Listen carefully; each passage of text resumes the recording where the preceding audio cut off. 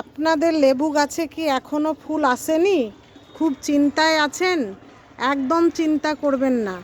আমার গাছের মতো যদি এই রকম ফুল আনতে চান তাহলে কয়েকটি টিপস ফলো করুন। এখন গাছে ফুল আসবে 1 সপ্তাহের মধ্যে, গ্যারেন্টি। আপনারা এখন কি করবেন? গাছের গোড়াটাকে খুশিয়ে হাড় গুঁড়ো, নিমখোল, তার সঙ্গে পটাশ দিয়ে দিবেন। তারপরে গাছে মিরাকুলান স্প্রে করুন। তারপর প্রতি 1-2 দিন অন্তর গাছের গোড়ায় পেঁয়াজের খোসা ভেজানো জল, কলার খোসা ভেজানো জল এই সব দিয়ে যান।